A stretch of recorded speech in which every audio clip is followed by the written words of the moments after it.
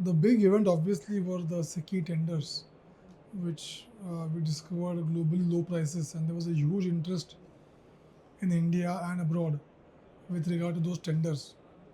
So naturally, people were curious whether they would meet European standards or other country standards. So that generated a huge interest in India's capabilities worldwide because these were the first really large-scale ammonia tenders. If you see, other tenders were mostly pilot-based, small quantities. This was a huge tender as compared to other tenders. If you see the tenders for the refineries, also were announced at the roughly same time, May, June, July, August. So together they created a very big impact on the India story of hydrogen, generated a lot of interest in India and worldwide, and we are in the process of currently closing the final agreements to be signed. And we hope that in the next couple of months, the agreements are signed and the project can formally kick off, take FIDs and everything. Apart from these tenders, we also had, if you see the recent announcement in front of the PM and the German Chancellor about AM Green's project.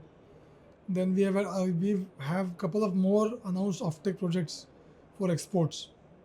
So overall, also we are very strong in terms of the ecosystem development.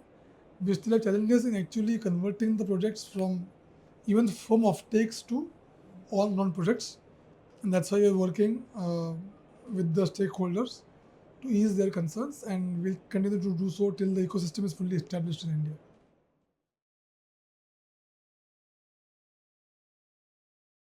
The mission was never intended fully for domestic consumption.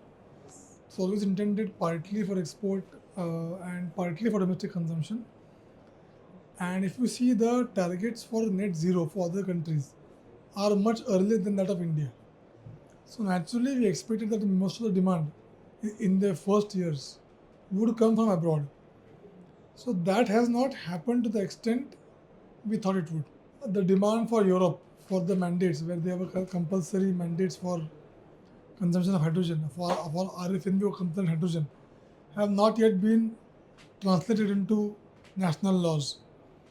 The tenders by Korea, called the CHPH tenders, they were cancelled at the last moment. So there have been a few setbacks in terms of the global demand creation, but we still remain hopeful that, for example, Japanese safety has not been, but they have begun to announce, and the timeline given by them is around 3.5 years or 4 years, depending upon the project size. We already have 3 or 4 large off-takers in India who are supplying.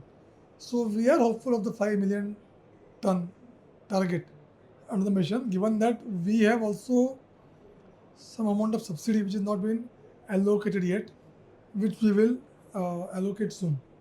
So considering all these factors, we are hopeful of achieving the target by the mission.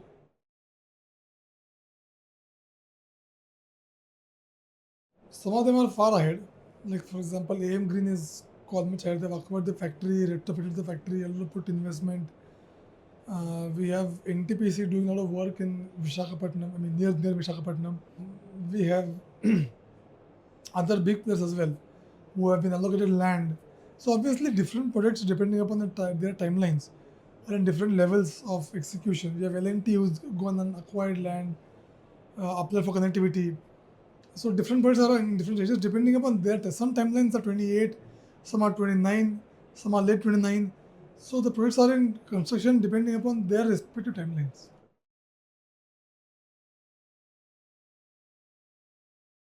Apart from these two big sectors, you see we already launched the pilot projects in steel, shipping and transport. So obviously these three are the next targets, so to speak, in terms of the quantum of consumption. Apart from that, we also have, so these are like a little medium scale, I would say, targets.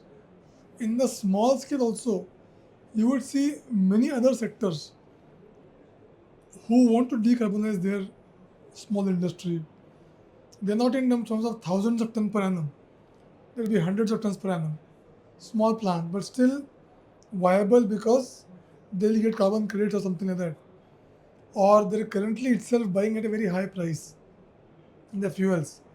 Or they want to remove their reliance on There is the feedstock, which is unreliable.